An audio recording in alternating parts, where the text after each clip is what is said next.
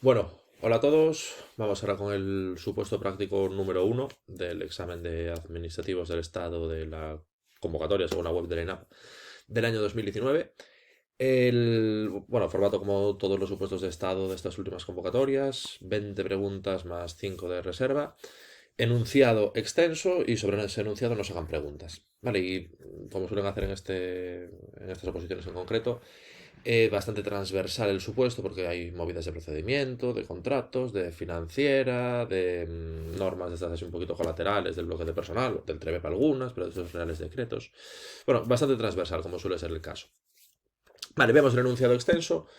Nos hablan de Adrián Marina Junco, de 15 años de edad, que va a la oficina de registro del Ministerio de Sanidad el 3 de enero de 2021 para presentar una documentación dirigida a la Consejería de Sanidad de la Comunidad de Madrid respecto a gastos farmacéuticos.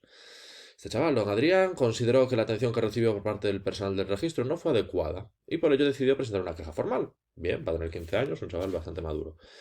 Dentro del edificio del ministerio, debido a una baldosa en mal estado, clásico, Adrián tropezó y cayó al suelo, produciendo lesiones en la mano izquierda de cierta gravedad, por las que no recibió la alta médica por curación hasta el 3 de enero de 2022.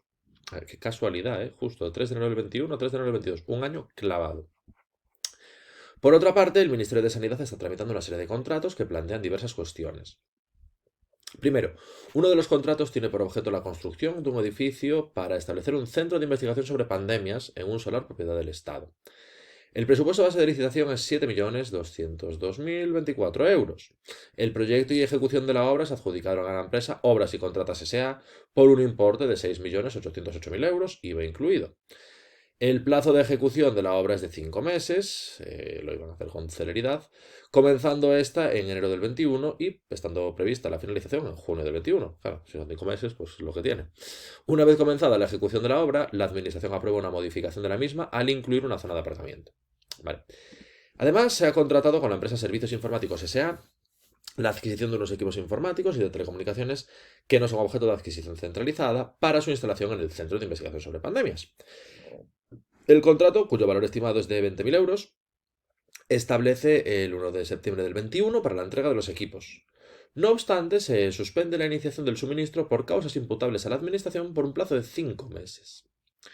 Finalmente, en el Ministerio se plantean una serie de cuestiones que debe de resolver la unidad de personal, y en especial en relación con uno de sus funcionarios, don Manuel Rodríguez Guerra, sobre el que consta la siguiente información. 11 de junio de 2011, tomó posesión como funcionario de carrera del cuerpo administrativo, como haréis vosotros en unos meses. En febrero del 21 se publicó en el BOE una resolución del concurso general de provisión de puestos de trabajo en el que don Manuel fue adjudicatario de un puesto en la unidad de apoyo de la Secretaría General Técnica. En septiembre del 21 se produjo una remoción de su puesto de trabajo por causa sobrevenida. Y en diciembre del 21, don Manuel se convirtió en padre por primera vez. Vale, todas estas movidas y sobre esto nos van sacando preguntas. Nos dicen la primera, registros. Artículo 16 de la ley 39, yo os lo anticipo. Señala la respuesta correcta en relación con la presentación de documentación de don Adrián dirigida a la Consejería de Sanidad de la Comunidad de Madrid.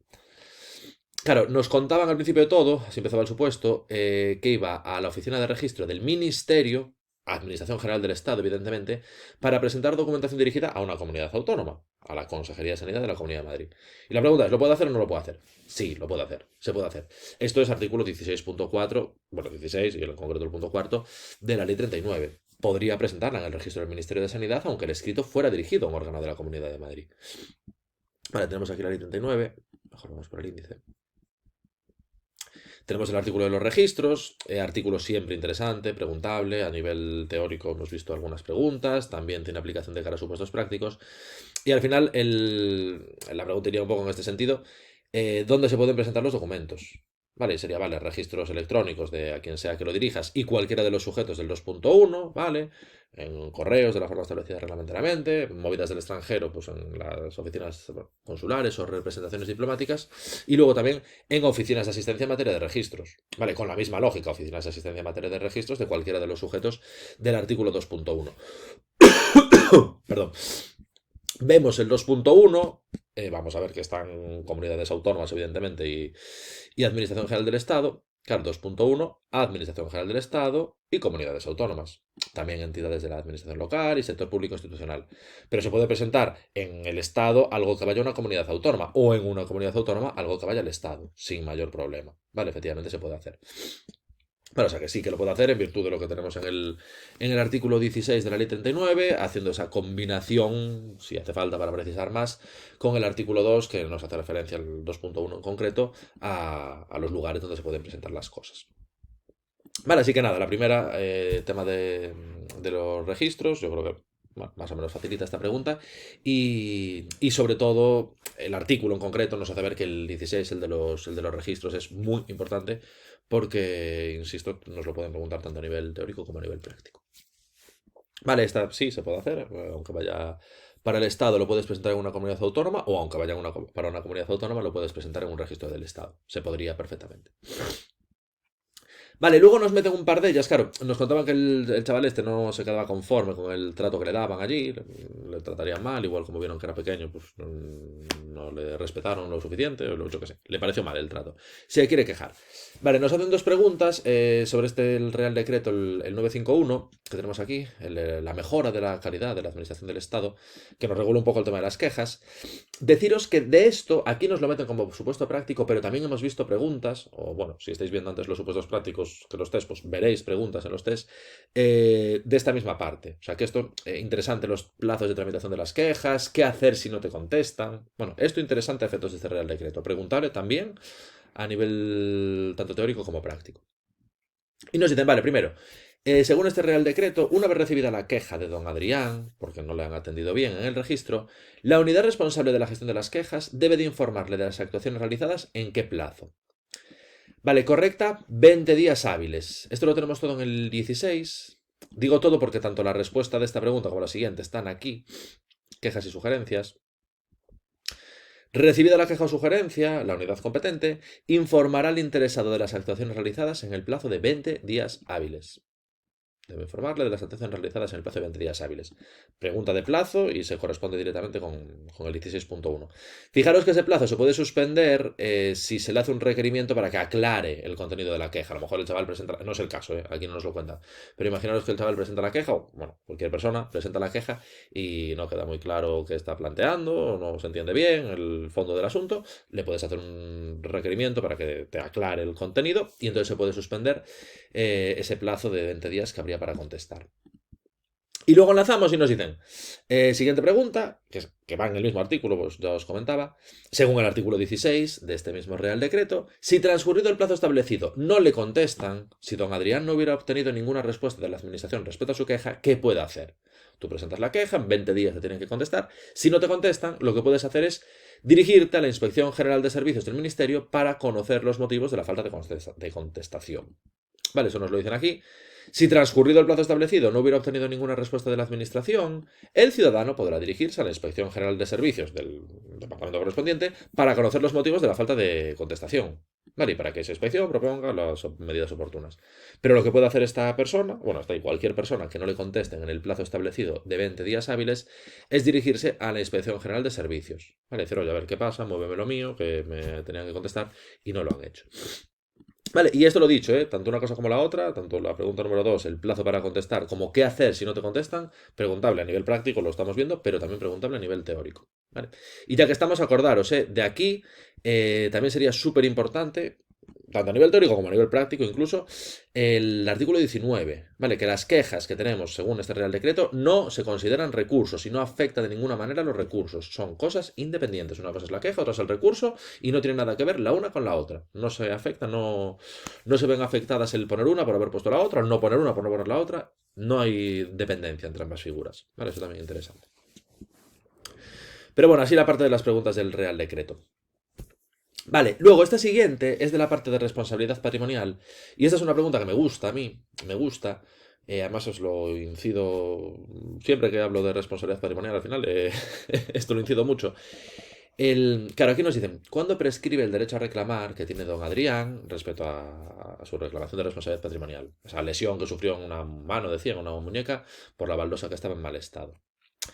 Claro, la correcta es la D, 3 de enero de 2023. Luego nos meten la coletilla, que la meten en todas las opciones, por lo tanto no tiene incidencia en el sentido de la resolución, la resolución de la pregunta me refiero, la clásica coletilla del artículo 30 de la ley 39, siempre que dicho día fuera hábil, si no se prorroga al siguiente día hábil siguiente. O sea, bueno, al siguiente día hábil. Al primer día hábil siguiente. Lo de que si el último día del plazo es inhábil, se entiende prorrogado al al siguiente día hábil. Esa coletilla nos la meten, pero da igual porque la meten en todas las opciones. Al final se trata de hacer el cómputo adecuadamente. Y aquí, si os fijasteis, cuando leía el enunciado, dije así con un poco de sorno. Oh, de sorna. Qué curioso, el chaval se cayó el 3 de enero del 21 y justo se recuperó el 3 de enero del 22. Le dieron el alta médica por curación el 3 de enero del 22. Claro, esto lo hicieron premeditadamente el tribunal. Bien hecho, ¿eh? O sea, bien hecho para darle un plus de dificultad. Claro, esto es lo de siempre. Yo creo que todo el mundo sabe, porque es pregunta muy básica, que el plazo para resolver las reclamaciones de responsabilidad patrimonial es el año. Eso es súper básico. Pero yo siempre os incido que vale, es un año, está clarísimo, pero es que dependiendo del caso concreto de responsabilidad patrimonial ante el que nos encontremos, el inicio del cómputo va a ser en un momento o en otro.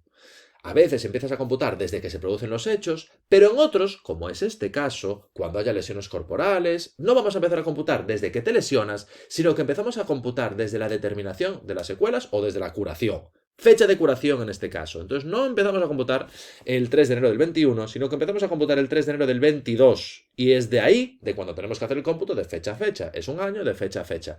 3 de enero del 22, que es cuando se curó, vamos al 3 de enero del 23. ¿Vale? Entonces, claro, aquí nos meten esas referencias del 3 de enero también del 22. Si hicieras el cómputo desde que te lesionas, no desde la curación. Si hicieras el cómputo desde que te lesionas, vas a la A. Pero no, tienes que empezar a computar desde la fecha de curación o determinación de las secuelas. En este caso, fecha de curación. Un año, desde el 3 de enero del 22, nos vamos al 3 de enero del 23. Vale, y esta pregunta chula porque nos hace ver, evidentemente tienes que saber lo de que es un año, pero eso ya casi dan por hecho que lo sabes. Pero luego es muy interesante la referencia. Bueno, y luego tienes que computar, hacerlo de fecha a fecha, ¿no? Vas al mismo día, en el año o mes de vencimiento. Es artículo 30 de la ley 39 también, cómputo de plazos. Vas al mismo día en el mes o año de vencimiento, 3 de enero, y vas al año 2023, o sea, empiezas a contar cuando es la curación. Vale, súper importante eso. Vale, vemos esto está en el... Bueno, es ley 39, que es el 67. Sí, justo. Iniciación en la responsabilidad patrimonial. Vale, el derecho a reclamar prescribe al año, facilísimo. Facilísimo, es lo más básico. Pero luego acordaros, en el caso de daños de carácter físico psíquico, el plazo empieza a computar desde la curación o determinación del alcance de las secuelas. En este caso, curación. Vale, entonces un año, pero no desde la lesión, sino desde la curación. Pregunta bonita esta. Correcta la de Dinamarca. Luego, la siguiente, bueno, yo creo que está facilita. El requerimiento de subsanación al final. Te dicen, si no hubiera prescrito el derecho a reclamar, pero la solicitud de responsabilidad patrimonial adoleciera de alguno de los requisitos que establecidos en la normativa para este tipo de solicitudes, ¿qué tiene que hacer la administración? O sea, vale, metes la reclamación en plazo, no ha prescrito, pero la metes, falta algo. Realmente adoleciera de alguno de los requisitos, un poco rara la forma de hacer la referencia, falta algo, algo está mal en tu solicitud, ¿qué tiene que hacer la administración? Requerimiento de subsanación. Claro, se requerirá al interesado para que en un plazo de 10 días subsane la falta o acompañe los documentos preceptivos. Vale, y esto es justo el... perdón, me confundí. Este es justo el 68, el artículo siguiente, requerimiento de subsanación. Si la solicitud no reúne los requisitos del artículo 66, que son las genéricas, los del 67, que es específico para responsabilidad patrimonial, o los de la norma correspondiente, se requerirá al interesado para que en un plazo de 10 días subsane la falta o acompañe los documentos preceptivos. Vale, se limitan aquí. Claro, aquí nos dicen, ¿se le tendrá por desistido de su petición previa resolución? No. Eso no es lo que, de entrada no es lo que ocurre. Si hay algo mal, te dan la oportunidad de arreglarlo. O te damos la oportunidad de arreglarlo. Por esto lo hago yo prácticamente todos los días, requerimientos de estos. Te damos la oportunidad de arreglarlo. Ahora, ¿qué pasa? Si no lo haces, si no lo arreglas después de que te hagamos el requerimiento, ahí sí te tendremos por desistido de la petición previa resolución que habrá de ser dictada.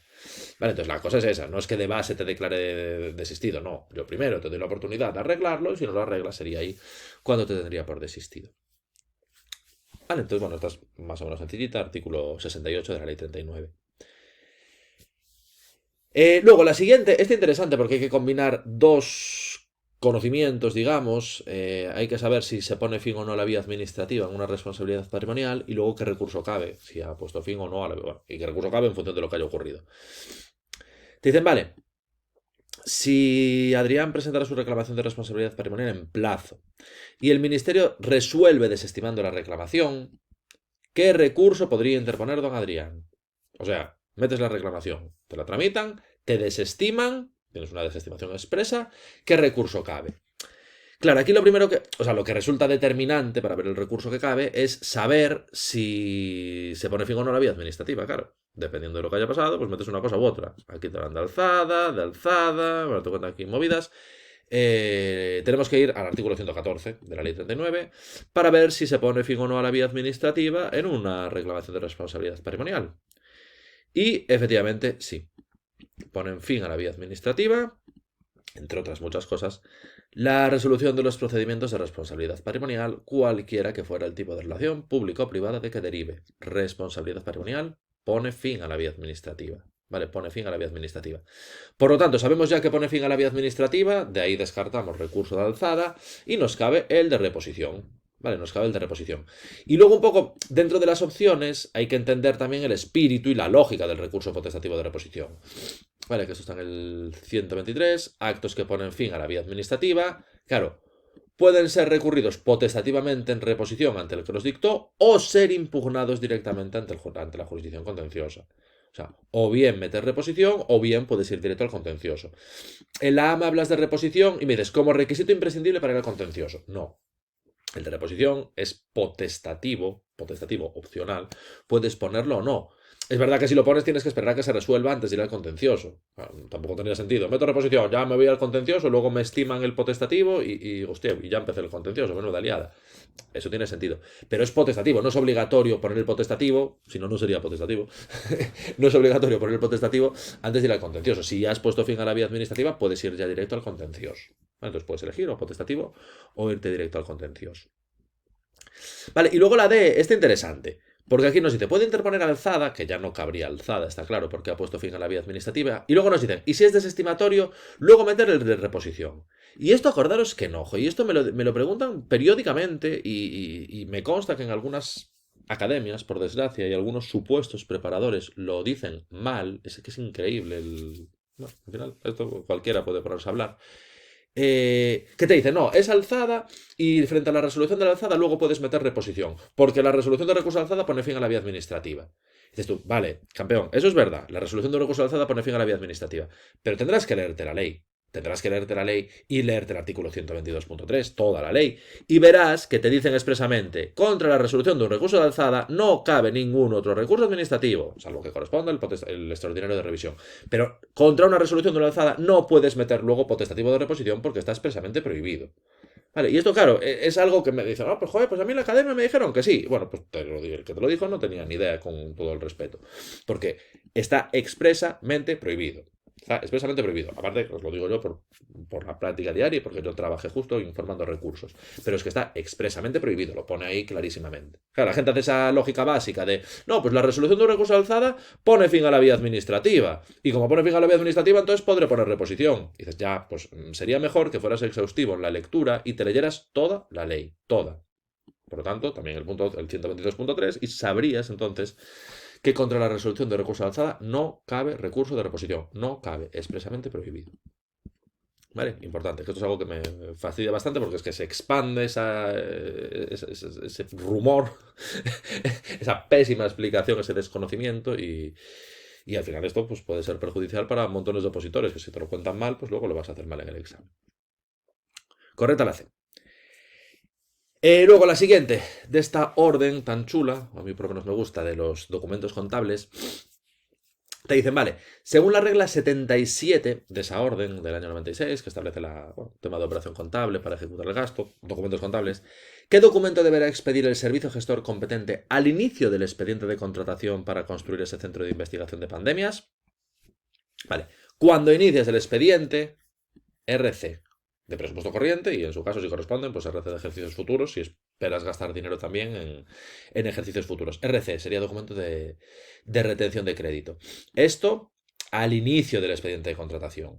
Vale, tenemos aquí, bueno, esta es nuestra querida orden Y lo dicho, esto es un documento de referencia. Si os toca trabajar en algún rollo de financiera, que al final en muchísimos lugares tienes gestión económico-financiera, esta es norma de referencia. El 77, perdón, no sé por qué leía el 73. Al inicio de un expediente de contratación, el servicio gestor pide el documento RC de ejercicio corriente. Y si es un contrato que va a durar varios años, pues también el RC de ejercicios futuros. Vale, entonces es así de fácil. Básicamente se corresponde con la literalidad. El servicio gestor competente al inicio del expediente de contratación de esta obra. RC de ejercicios corrientes y RC de ejercicios futuros. Vale, luego nos dicen cuándo sería el documento A, cuándo sería el AD, bueno, o sea, el documento D, perdón. Entonces, te van explicando. Volveremos a ver este mismo artículo, ¿eh? Yo os lo anticipo porque hay alguna otra pregunta que también va de esto mismo. Pero al inicio del expediente, empiezas el expediente, todavía no entres nada, simplemente quieres empezar a hacer los trámites correspondientes, retienes el crédito para garantizarte que, coño, en el momento que haya que pagar, pues haya dinero en la partida presupuestaria y haces el RC de ejercicios futuros para que en los presupuestos futuros, pues ya se sepa que vas a tener que gastarte ese dinero cuando corresponda. RC, retención de créditos, guardar el dinero para cuando haya que gastarlo. RC de ejercicio corriente y RC de ejercicios futuros, de ejercicios posteriores. Correcta la A. Vale, y esta yo creo que, bueno, más o menos chula. Vale, luego la siguiente no es caso excepcional, solamente para supuestos así muy particulares se puede hacer. Dicen, en relación con este contrato para construir el Centro de Investigación de Pandemias, ¿es correcto que el Ministerio adjudique a una misma empresa tanto realizar el proyecto como ejecutar la obra? Claro, esto se puede hacer, pero es algo excepcional, se sale de la norma. ¿Vale? Claro, la A nos dice, no, ningún caso. Tampoco tanto. La B nos dice, sí, siempre. No, tampoco, no es lo habitual. Entonces la cuestión es, C de Cáceres, sí, pero de forma excepcional, si concurre a alguno de los supuestos que tenemos en esta ley. Y yo creo que la diferenciación entre la C y la D, que la C también nos dice sí, de forma excepcional, si concurre a alguno de los supuestos. Claro, la C nos dice que habrá que justificarlo debidamente en el expediente. La D nos dice, sí, de forma excepcional si concurre algún supuesto, pero no hay que motivarlo. Me parece lógico que si estás aplicando una regulación excepcional, si te estás acogiendo a un supuesto excepcional, tengas que justificarlo. Esto ya más allá del conocimiento de la ley. Quizá la primera parte, o sea, el saber que sí, que es algo excepcional y tal, eso sí que es de conocimiento de la ley. Diferenciar entre la C y la D, yo creo que es casi de sentido común. Si te estás acogiendo a una posibilidad excepcional porque hay supuestos tasados que se recogen en la ley que te permiten adjudicar al mismo el proyecto y la ejecución, tendrás que justificar. Si no, al carajo, todos nos acogeríamos a ese supuesto y haríamos lo que nos diera la gana y dejaría de ser un supuesto excepcional. Yo creo que está bueno, más o menos de lógica. Tenemos aquí ¿Es esta, no? Sí, tan larga solo puede ser contratos. Tenemos aquí ley de contratos, efectivamente. Y esto está en el... que es 230 y pico. Esto es 34 creo que es, ¿no? A ver si carga esto, sí. Sí, es el 234, claro. La contratación conjunta de la elaboración del proyecto y la ejecución de la obra, carácter excepcional. Se puede, pero carácter excepcional. Y solo se puede hacer en alguno de los supuestos que hay que justificar debidamente en el expediente. Vale, o sea, yo creo que esa segunda parte, lo de que es algo a justificar, si es algo excepcional, si te acoges a una posibilidad excepcional, lo normal siempre es tener que justificar el porqué. Y los casos esos, pues que sean temas muy particulares. Motivos de orden técnico que obliguen necesariamente a vincular al empresario a los estudios de las obras, o sea, un tema técnico, o tema que sea una obra muy particular o de volumen muy, muy elevado. Vale, entonces son para casos muy concretos, estas excepciones que tenemos aquí recogidas expresamente en la ley, se puede hacer en estos casos concretos y si te encuentras ante alguno de estos supuestos excepcionales, pues tendrás que justificarlo a la hora de recogerlo en el expediente. Bueno, entonces sí que se puede, con carácter excepcional, los supuestos que acabamos de ver, tasados en la ley, y tendrás que justificar a cuál de estos supuestos que vienen expresamente recogidos en la ley te estás acogiendo para hacer esa contratación conjunta tanto del proyecto como de la ejecución. Vale, correcta, C de Cáceres. Vale, luego la siguiente está interesante porque vemos, digamos, fueron benévolos a la hora de hacer la pregunta, porque luego, tal cual como es esto redactado, te meten un placito. Yo creo que a lo mejor en una administración un poquito más puñetera te hubieran metido también el placito como pregunta. Aquí, por suerte, no, como parte de la pregunta.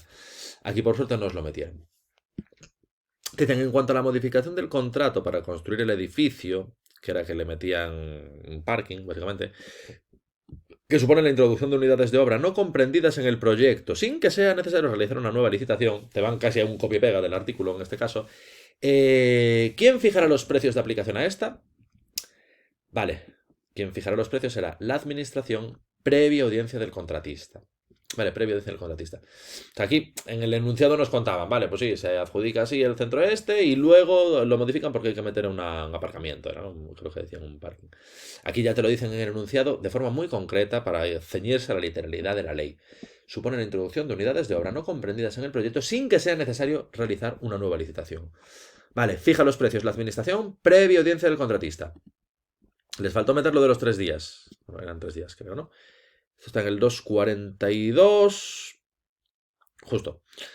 Cuando las modificaciones supongan la introducción de unidades de obra no previstas en el proyecto, como que era meter el parking o las características diferentes de las fijadas, y no sea necesario redactar una nueva licitación, los precios aplicables a las mismas serán fijados por la administración previa audiencia del contratista. Y lo que os decía, sí, justo, por plazo mínimo de 3 días hábiles. Claro, aquí podrían habernos metido, en este caso lo hacen más sencillito. Claro, bueno, hablando de contratista, necesariamente mutuo acuerdo. Por desgracia hay una asimetría de poderes siempre. Bueno, en ley de contratos y en todo lo que sea relación de particulares con la administración, siempre hay una asimetría de poderes. Tiene las de ganar la administración, en general, prácticamente en todo. Entonces, bueno, lo de que necesariamente el mutuo acuerdo es muy generoso. Que lo haga el contratista, sí, sería, va, pues me pagas 100 millones de euros. No tendría sentido. Y también es verdad que la administración sin audiencia del contratista sería un poquito abusivo. Bueno, entonces, efectivamente, yo creo que con las opciones que tenemos es más o menos, casi hasta por descarte acabarías llegando a la buena. Y lo dicho, en un formato más difícil de pregunta podrían meterse con esto del plazo mínimo de los 3 días hábiles. Bueno, entonces, en este caso concreto, pues sería la administración, previa audiencia del contratista, y nos acordamos, por si acaso, de que sería una audiencia por un plazo mínimo de 3 días hábiles. Vale, así que nada, esta modificación, hacer un parking implica introducir nuevas unidades de obra que no venían inicialmente en el proyecto, no es necesario hacer nueva licitación, le corresponde a la administración fijar el precio de esas nuevas unidades de obra y tendrá que dar una audiencia al contratista por ese periodo mínimo, por ese plazo mínimo de 3 días hábiles. Y luego, siguiente, es aquí cuando volvemos a esa regla, bueno, esas reglas, a esa orden del año 96, la de las unidades, los documentos contables, perdón. Y lo que os comentaba es la misma regla 77, un poquito la lógica que hay que seguir, digamos, los documentos contables que hay que ir cumplimentando a medida que vayamos avanzando en el procedimiento de licitación, procedimiento de contratación.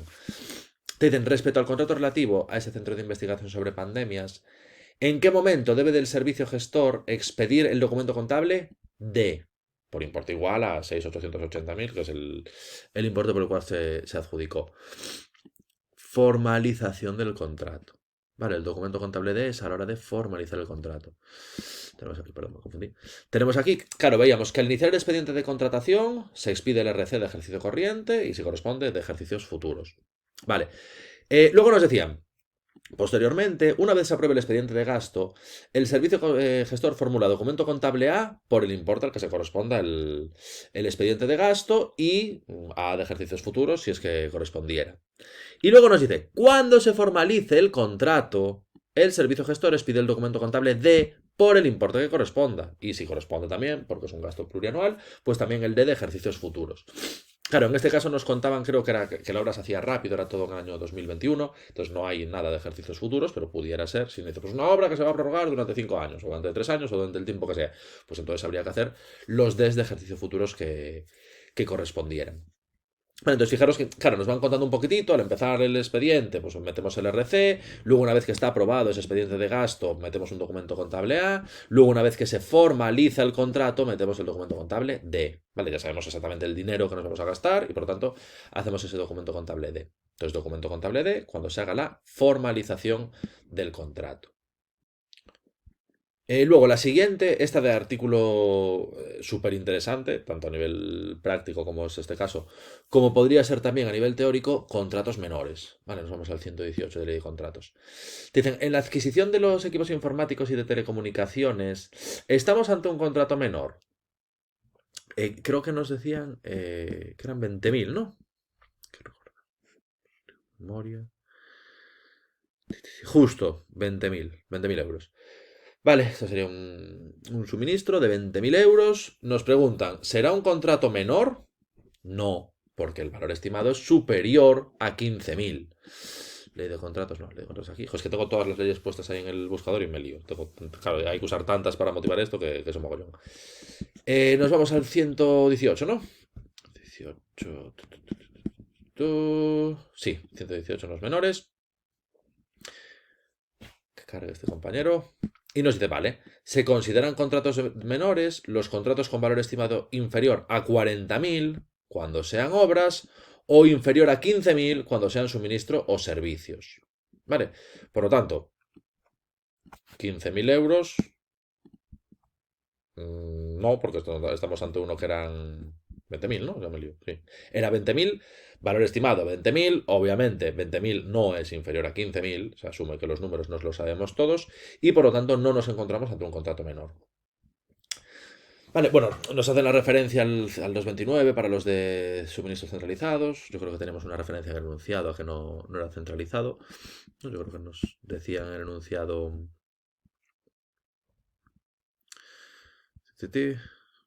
Eso, justo, que no son objetos de adquisición centralizada, o sea, ya nos excluyen expresamente en el enunciado esa remisión del 229, perdón. Nos tenemos que ceñir a estos precios que tenemos aquí. Obviamente no es una obra el comprar programas y equipos de telecomunicaciones, sería suministro. Y por lo tanto, tenemos que aplicar estos 15.000, nos dicen que son 20.000, pues no es contrato menor, ¿vale? No sería contrato menor. Deciros que el artículo es del 118, súper importante, sobre todo esto, o sea, cuándo son contratos menores y cuándo no. Luego un poco también la lógica, ¿no? de cómo aplicar el contrato menor, que es básicamente coger lo que sea y ya está. Eh, no tan así, pero es desde luego muchísimo más simplificado el procedimiento de los contratos menores. Se da muchísimo al fraude, os podría contar algunas cosas increíblemente sangrantes que me constan total y absolutamente de que funcionan así. De hecho, algunas hasta salen con los medios de comunicación, las piratadas que se hacen con los menores. Pero bueno, a efectos del examen hay que saberse estas cuantías. Esto sería lo preguntable a nivel teórico. Fijaros, valor estimado inferior a 40.000 o a 15.000. Inferior, lo que os comento siempre. Hay que saberse el número, pero también la información de alrededor del número. No es lo mismo inferior que igual o inferior. Vale, nos hablan de inferior. En este caso, inferior a 40.000 si es obras o inferior a 15.000 si son suministros o servicios.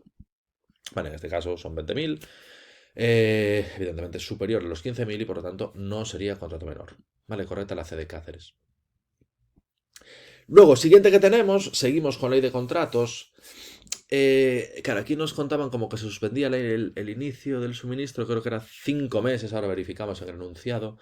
Pero nos decían, en el supuesto de que se produce la suspensión del inicio del suministro por causa imputable a la administración, si el pliego no establece nada al respecto, ¿puede el contratista resolver el contrato de conformidad con la ley de contratos? Sí, podría hacerlo porque la suspensión ha sido por plazo superior a 4 meses desde la fecha de entrega señalada en el contrato. Yo creo que nos decían 5 meses, os digo de memoria, pero yo, porque al final tengo tantas cosas que me acabo liando, pero yo les diría... Sí, justo. No obstante, se suspende la iniciación del suministro por causa imputable a la administración por un plazo de 5 meses. Vale, nos dicen ese plazo de 5 meses.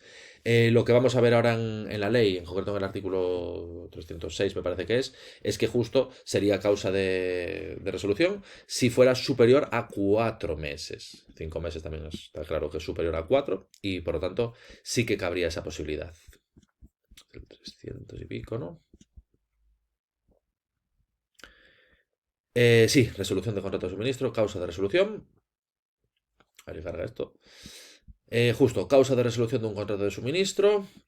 Y tendríamos aquí, bueno, el desistimiento antes de iniciar el suministro o la suspensión de la iniciación del suministro por causa imputable a la administración por plazo superior a 4 meses. ¿Vale? Justo es el supuesto al que nos están haciendo referencia en la ley. Nos están diciendo expresamente que son 5 meses en el enunciado, por lo tanto, sí que cabría, sí que nos encontraríamos ante una de estas causas de resolución del contrato de suministro. Vale, sí, porque la suspensión ha sido por un plazo superior a 4 meses a partir de la fecha entregada en el contrato, en concreto fueron 5 meses según nos expresan, y por lo tanto sí que nos encontraríamos ante una de estas causas de resolución.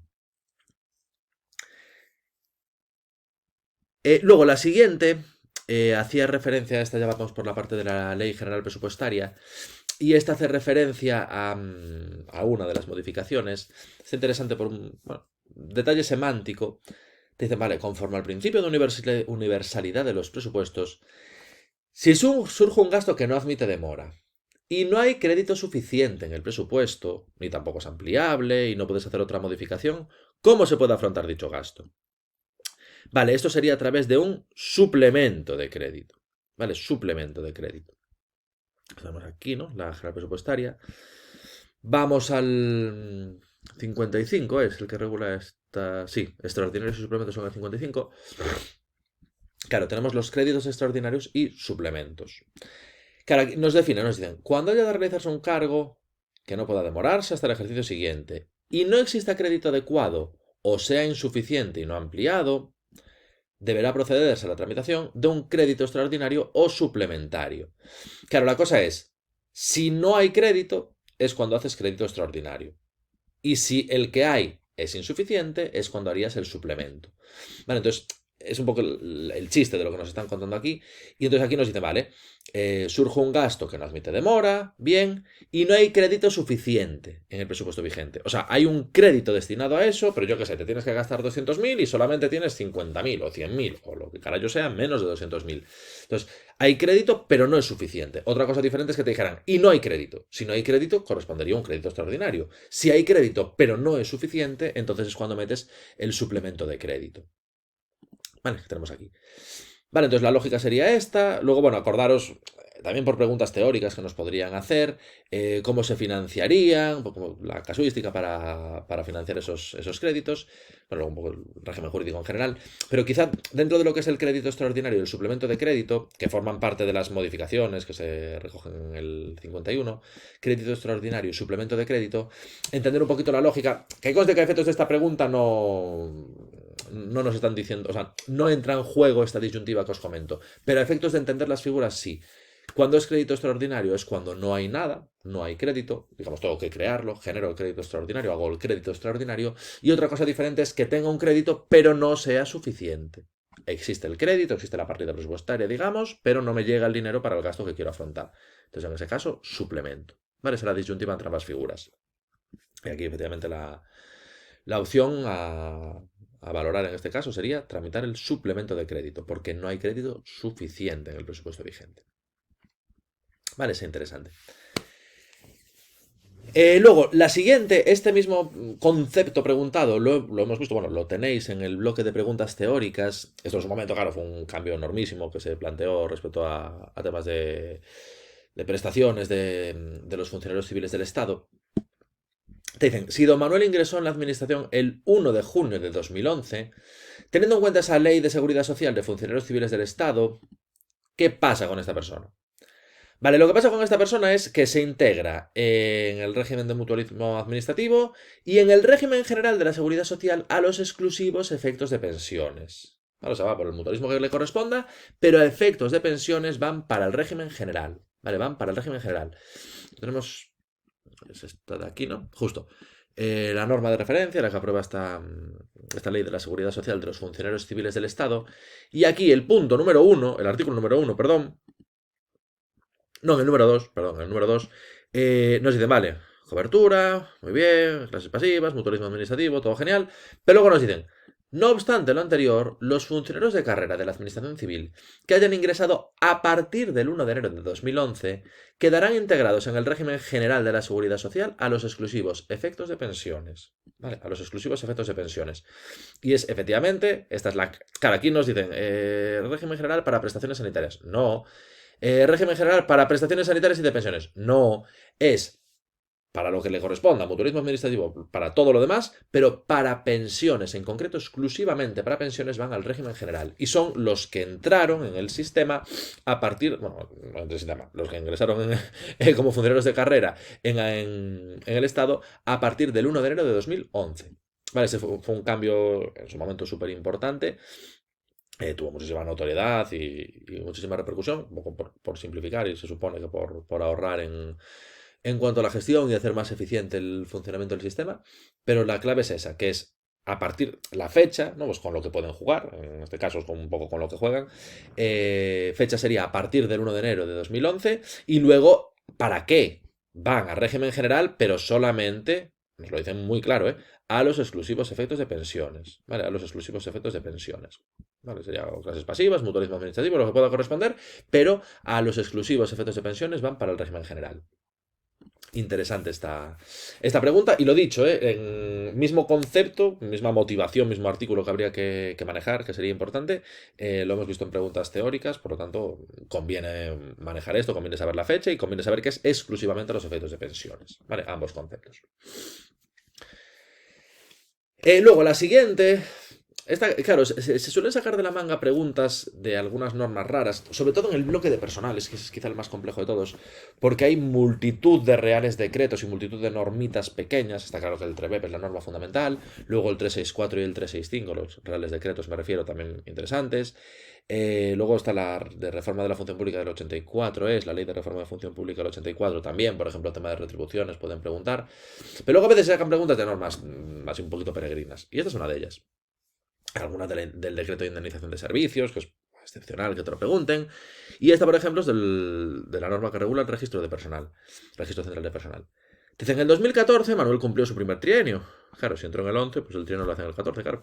Y nos dice, señale la respuesta correcta respecto a la anotación del mismo en el registro central de personal. Vale, la correcta es la C. Una vez comunicado el reconocimiento del trienio al registro central de personal, se practicará el asiento en el registro en el máximo de 3 días desde la recepción de la comunicación. Vale, esta la tenemos por aquí, ¿no? Aquí. Es este, ¿no? Claro, tenemos este Real Decreto 2073 del 99, que modifica el reglamento del registro central de personal. Claro, aquí, por ejemplo, nos dicen en la opción A, los trienios no se anotan. Mal. Trienios sí que se anotan. Anotaciones registrales ordinarias, de hecho. Serán objeto de anotación en este registro central, pues básicamente cualquier cosa importante que ocurra sobre los funcionarios, sobre los empleados públicos en general, entre otras cosas, reconocimiento de trienios. O sea, reconocimiento de trienios sí que se apunta, sí que se anota. Se apunta, queda un poco cutre. Y luego, respecto al plazo, es el 11, ¿no? Es el cómo hacer los asientos, nos explican un poquito cómo hacer los asientos. Y nos dicen, los órganos competentes en temas de personal comunicarán al registro central los actos importantes, cualquiera que sea la información. Y hay que comunicarlo en el plazo de 3 días desde que se dicten o se tengan conocimientos. Y luego nos dicen, una vez comunicados, se practicarán en el registro los asientos en un plazo máximo de 3 días desde la recepción de la comunicación. O sea que lo que tenemos es, habría 3 días para comunicar al registro lo que sea, y luego desde que se recibe la comunicación, 3 días para inscribirlo. Vale, entonces el trienio sí que se apunta y hay que comunicárselo al registro en 3 días y desde que se recibe la comunicación por parte del registro, en 3 días también habría que proceder a hacer el asiento, a inscribirlo, a apuntarlo allí. Ahí sí, para entender, hacer el asiento es apuntarlo. Vale, entonces sí que se apunta, 3 días para mandarlo, 3 días una vez recibido para apuntarlo, para hacer el asiento, para practicar el asiento. Vale, y esta es quizá pues, la norma más rebuscada sobre la que nos están haciendo la pregunta, la verdad. Luego las otras, pues, contratos financieros, ley 39 y tal, bueno, más o menos bien, pero está un poquito rebuscada. Luego, la siguiente es de estas también normas de desarrollo del bloque de personal, pero esta yo creo que sí que es de las comunes, os decía 364, 365, esos dos reales decretos sí que son más o menos predecibles que tengáis preguntas.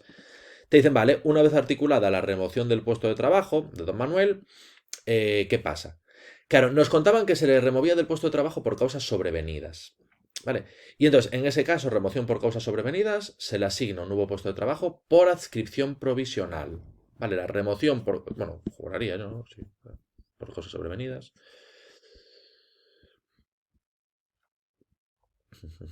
Justo, en el septiembre del 21, remoción del puesto por causa sobrevenida. ¿Vale? Remoción por causa sobrevenida, estamos en el 16, es uno de los supuestos que haría que te puedan pasar a adscripción provisional.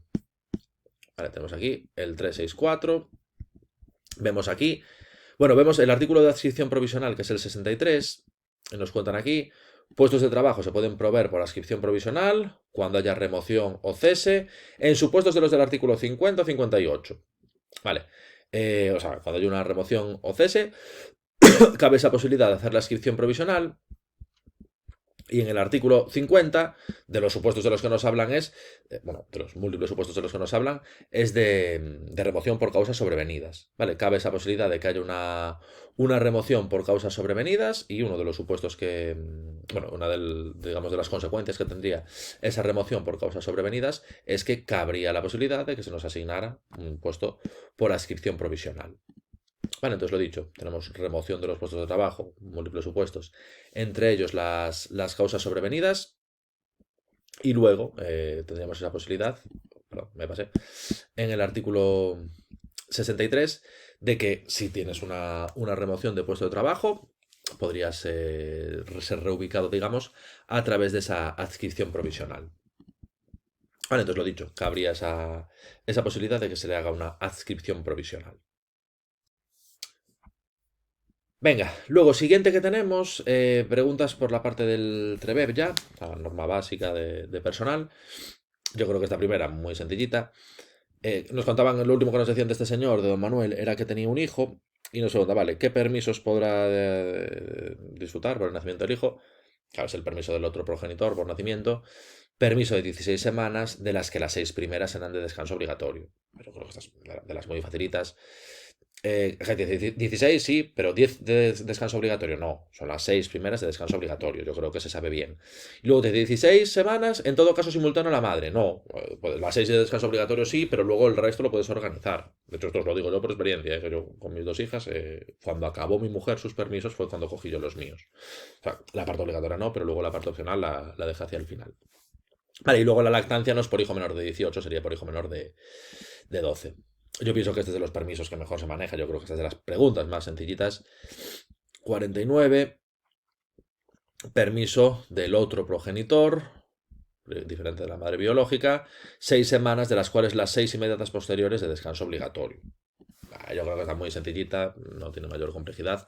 Es concepto que se puede preguntar también a nivel teórico y es, yo creo que de los básicos de los que tenemos que manejar bien.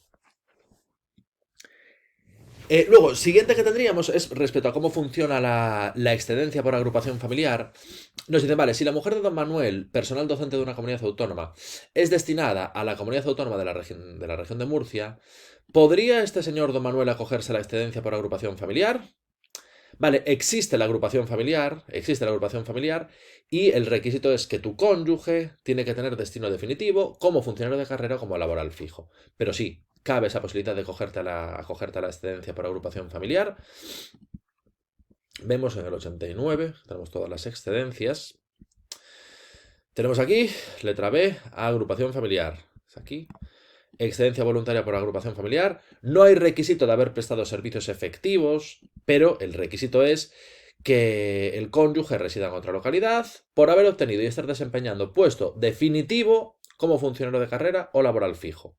Vale, entonces tiene que ser dos requisitos básicamente. El puesto tiene que ser definitivo y tu pareja tiene que ser o bien funcionario de carrera o bien laboral fijo. Vale, serían esos los dos requisitos. No se establece ningún requisito de antigüedad. Vale, no se establece ningún requisito de antigüedad, ningún requisito de experiencia previa en la administración. ¿Qué pasa? Que en este caso ni cobras, ni te cuenta para antigüedad, ni nada. ¿Vale? Quien esté en excedencia voluntaria por agrupación familiar no devenga retribuciones, ni les computable el tiempo que pertenezca, ni en esta situación, ni ascensos, ni trienios, ni seguridad social. O sea, no cobras y no te computa nada. Que es quizá, a lo mejor te puede llevar al huerto esto, una pregunta teórica, porque como es algo familiar, suena como a movidas de conciliación. Normalmente las movidas de conciliación, pues sí que te suele computar el tiempo. Por ejemplo, en la excedencia por cuidado de familiares te computa el tiempo a todos los efectos. O sea, no cobras, pero te computa el tiempo a todos los efectos. Y esto, aun siendo algo familiar, que pudiera parecer que sí que al ser de temas de conciliación te va a computar el tiempo trabajado, no es así. ¿Vale? No deben haber retribuciones y el tiempo no te computa a ningún efecto. Pero bueno, sí que podría cogerse con ese requisito.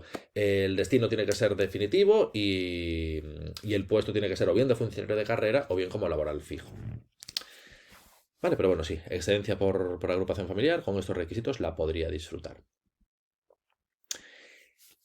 Luego, la siguiente va un poco por tema de plazos de prescripción y bueno, computar un placito yo creo que fácil. Te dicen, vale, la unidad, bueno, y de tipificación de infracciones también. Te dicen, la unidad de personal está tramitando también un expediente disciplinario que tiene por objeto la presunta difusión, el 1 de diciembre del 18, de información obtenida por razón de su cargo o función por parte de un funcionario del ministerio. Y el procedimiento se inicia el 1 de noviembre del 21. Dicen, vale, ¿se puede hacer o ha prescrito? Primero, aquí tenemos que ser capaces de acotar qué tipo de infracción supone esto. difundir información obtenida por el cargo, bueno, a la cual tuviste conocimiento por razón del cargo, esto vamos a ver que está tipificada como muy grave. Vale. Publicación o utilización indebida de información o documentación a la que hayas tenido acceso por razón del cargo o función. Esto falta muy grave. ¿Vale? Si nos están hablando de difusión, hay que saber, hay que acotar que estamos en este supuesto. Información obtenida por el cargo o función que desempeñabas sería muy grave. Eso es lo primero, acotamos ya que es una muy grave, ¿no? Publicación o utilización indebida de documentación e información a la que hayamos obtenido por el cargo o función. Acotamos que es una muy grave. Vale, una vez que sabemos que es una muy grave, lo siguiente que tenemos que hacer es ver cuál es el plazo de prescripción de las muy graves. Vamos al 97. Prescripción. Infracciones muy graves prescriben a los 3 años.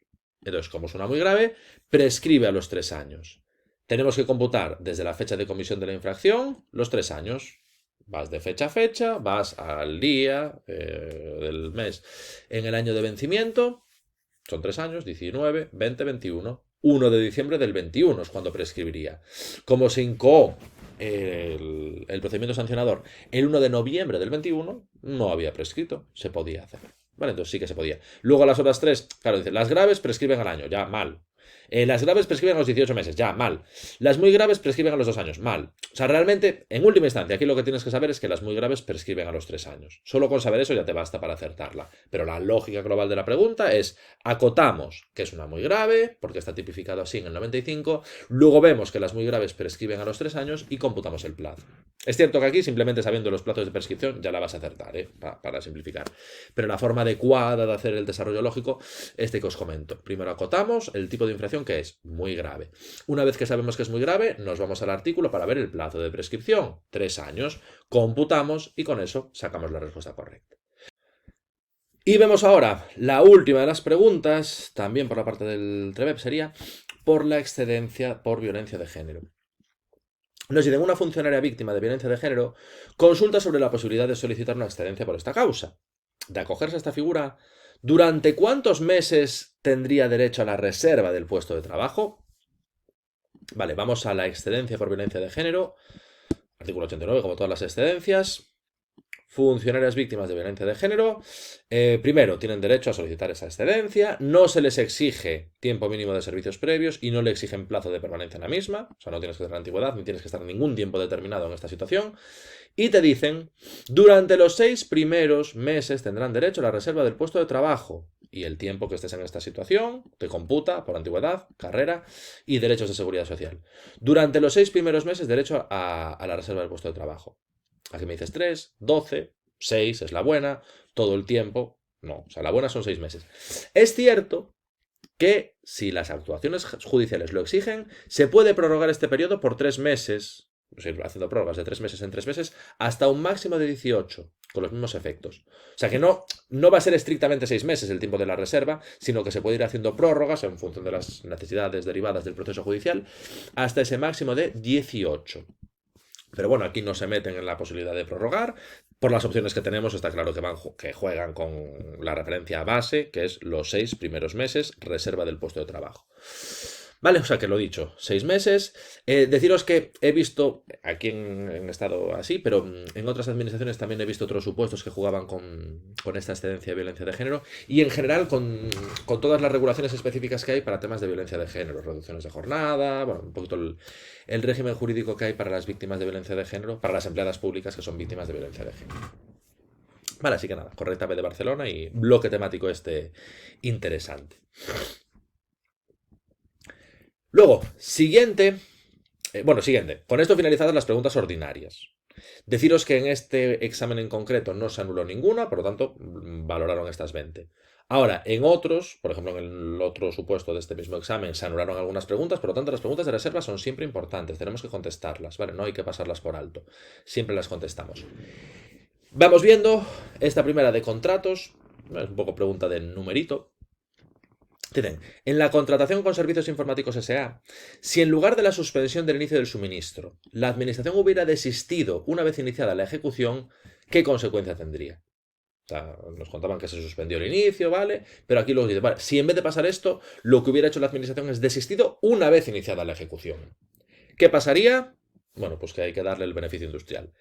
El contratista ha derecho a percibir el 6% del precio de adjudicación del contrato de los suministros dejados de realizar en concepto de beneficio industrial, IVA excluido.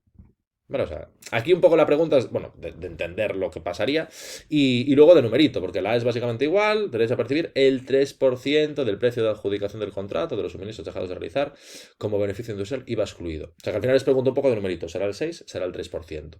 Vale, es el 6%. Vale, eso está en el 307, va un poco en la línea de lo que veíamos antes. Te decía, bueno, aquí nos dicen, en los supuestos contemplados en la letra B del artículo anterior, letra B es desistimiento una vez iniciada la ejecución. Desistimiento una vez iniciada la ejecución, es el supuesto que nos plantean aquí. Pues en ese caso, bueno, también sería suspensión por plazo superior a 8 meses, pero bueno, en el caso concreto que nos plantean aquí es desistimiento una vez iniciada la ejecución. Vale, pues en este caso, contratista derecho a percibir por todos los conceptos, 6% del precio de adjudicación de los suministros dejados de realizar en concepto de beneficio industrial, IVA excluido. Vale, la lógica es la misma en las opciones A y B, lo que difiere es el numerito y sería 6%. Vale, 6%. Otro detalle con el que podrían jugar en otra pregunta, meterte opción incorrecta poniéndote el mismo 6%, pero IVA incluido. Bueno, podrían jugar con esos detalles. Aquí juegan con el numerito. Vale, entonces, derecho a percibir ese 6% como beneficio industrial y excluiríamos el IVA. Correcta, B de Barcelona y motivación a través del 307. Vale, luego la siguiente, volvemos al Real Decreto 364. Claro, nos contaban que este señor participa en un concurso y dicen, vale, según este decreto 364 de 1995, y salvo que la convocatoria establezca otro plazo distinto, ¿cuál es el plazo de resolución de la provisión de puestos de trabajo en el que concurre don Manuel para este procedimiento? ¿Cuál es el plazo para resolverlo? Correcta, B de Barcelona, 2 meses desde el día siguiente a la finalización de la presentación de solicitudes. Vale, el 364 lo tenemos. Es este de aquí, ¿no? Me lío, tantísimos que hay por aquí. Sí, este es el 364 y esto lo tenemos en el 47. El plazo de resolución del concurso, 2 meses contados desde el día siguiente a la finalización del plazo de presentación de solicitudes, salvo que la convocatoria establezca otro diferente. Vale, aquí nos lo dicen, ¿vale? Salvo que la convocatoria establezca de diferente. ¿Cuál es el plazo de resolución de esta provisión de puestos de trabajo? Nos decían expresamente que participaban en un concurso, si no me equivoco. Justo. Esa es la resolución de un concurso de provisión de claro, un concurso general. Y efectivamente, el plazo para resolución del concurso, de aquí os comento pequeña anécdota que no me la puedo callar viendo esto. Aquí, justo. Plazo de resolución del concurso, los 2 meses contados desde el siguiente a la finalización al plazo de finalización de la presentación de solicitudes. Claro, 2 meses.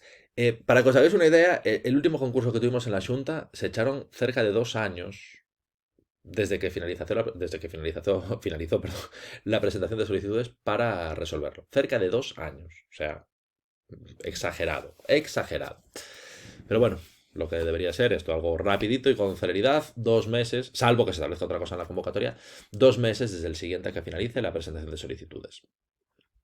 Vale, fijaros que tenemos primero 2 opciones que se descartan bien por el número, tablas de 3, descartamos bien estos 3 porque sabemos en principio que son 2, pero luego lo de siempre, en 2 de las opciones nos hablan de 2 meses, por lo tanto no solamente hay que saber el plazo, sino también la información que hay alrededor del mismo. Es 2 meses, pero no desde que se publica en el BOE, sino 2 meses desde el siguiente a la finalización de la presentación de solicitudes. Lo de siempre, números importantes, también importante la información de alrededor de los mismos.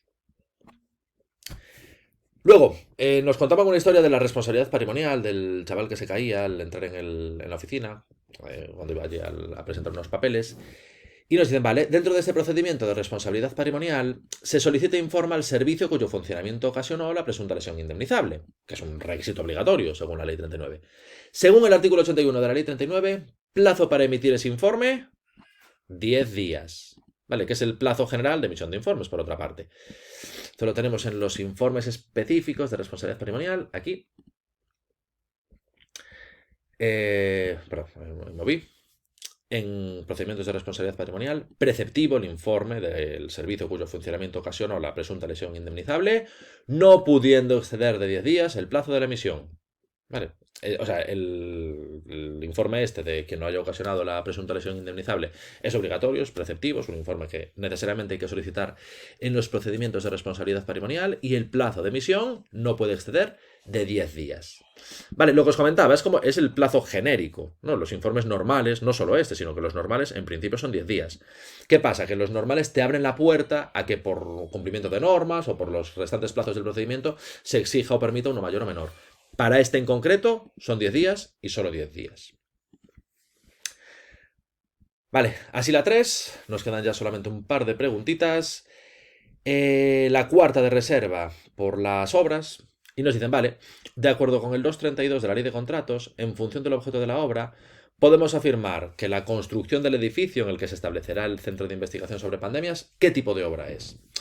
Claro, aquí en el 232, bueno, la correcta es B, es primer establecimiento, porque es crearlo, digamos, partiendo de la nada, no hay nada y lo quieres crear. Y este es interesante porque en el 232, voy así rápido, en el 232 nos definen un poquito los tipos de obras que puede haber. Claro, obra es un concepto súper amplio. Un poquito más. Tenemos bastante casuística. Es un artículo no excesivamente largo para lo que es la ley de contratos. Y nos dicen los tipos de obras, ¿vale? Tenemos obras, pueden ser de primer establecimiento, reforma, restauración, rehabilitación, gran reparación, reparación simple, conservación y mantenimiento, demolición. Y obra de primer establecimiento, la que da lugar a la creación de un inmueble. Claro, aquí nos contaban la historia de que se quiere crear esto, o sea, esto no existe. Por aquí se pretende establecer un centro de investigación sobre pandemias en un solar. O sea, esto es establecer el inmueble, crearlo. Aquí no hay nada. O sea, partes de la nada, tienes un solar y lo que quieres hacer es crear un bien inmueble. Vale, entonces eso sería obra de primer establecimiento. Vale, luego es cierto que las otras referencias, gran reparación, reforma, rehabilitación, son referencias. Reforma, rehabilitación, gran reparación, son referencias y las tenemos aquí definidas en este artículo. Vale, por lo tanto, podrían ser, pero para el contexto que nos dan aquí, hay un solar, no hay nada, y quieres crear un edificio, sería primer establecimiento. Vale, y deciros que este es un artículo que es bastante interesante porque no es muy largo, que algunos de los de contrato son tan largos como leyes enteras, son un coñazo, y este no es muy largo, es más o menos lógico en cierta medida, o sea, un poco te paras a pensar lo que versa cada una de esas actuaciones, y bueno, más o menos los nombres están bien planteados, y por lo tanto es un artículo que, bueno, puede ser interesante que manejemos y puede ser eficiente en cuanto al estudio. No nos va a llevar mucho tiempo entenderlo, no nos va a llevar mucho tiempo aprenderlo, y es potencialmente preguntable, como estamos viendo en este examen. Y luego, última pregunta, y con esto finalizamos el supuesto. Última pregunta del bloque de reserva, última pregunta del vídeo. Por la excedencia, la de violencia de género. Nos decía, vale, en el caso de la funcionaria víctima de violencia de género, una vez concedida la excedencia por esta razón, ¿durante qué periodo tiene derecho a percibir retribuciones íntegras del puesto de trabajo? Claro, vimos la reserva del puesto de trabajo, eran 6 meses, se podrían ir haciendo prórrogas de 3 meses hasta el máximo de 18. Pero aquí me preguntas durante cuánto tiempo tiene derecho a percibir las retribuciones íntegras. Muy astutos nos meten lo de los 6 meses, para liarnos. Nos meten lo de los 6 meses para liarnos con el tiempo de la reserva del puesto de trabajo. Pero, percepción de las retribuciones íntegras, los 2 primeros meses. Durante los 2 primeros meses, retribuciones íntegras y prestaciones familiares por hijo a cargo si es que las tienes. Entonces, fijaros, nos meten lo de los 6 meses para liarnos con el tema de la reserva del puesto de trabajo. 6 meses, reserva del puesto. Se podría prorrogar por periodos de 3 meses hasta el máximo de 18. Y los 2 primeros meses, retribuciones íntegras y prestaciones por hijo a cargo. ¿Vale? 2 primeros meses. Fijaros, en este caso, la pregunta es eso, es por la duración, los 2 primeros meses. Lo último que os diré es que he visto alguna otra pregunta, y también en otras administraciones y tal, en las que jugaban con qué retribuciones se perciben durante estos 2 primeros meses. Y son las íntegras. Te podían meter las básicas y este complemento. No, serían las íntegras y en su caso, prestación familiar por hijo a cargo. Y eso durante los 2 primeros meses. ¿Vale? Muy importante no confundir percepción de retribuciones con reserva del puesto de trabajo. ¿Vale? Que son numeritos diferentes, son plazos diferentes. Correcta B de Barcelona. Y eso, con esto visto todo el supuesto práctico, yo creo que, bueno, una hora larguita nos hemos echado aquí. Pero bueno, espero que os haya resultado de ayuda. Yo creo que hemos tocado así bastantes áreas temáticas, entonces pienso que puede haber sido bastante interesante. Espero que coincidáis en mi opinión y nada, a descansar un poquito que ahora os lo merecéis, ¿eh? Ha sido una hora bastante intensa.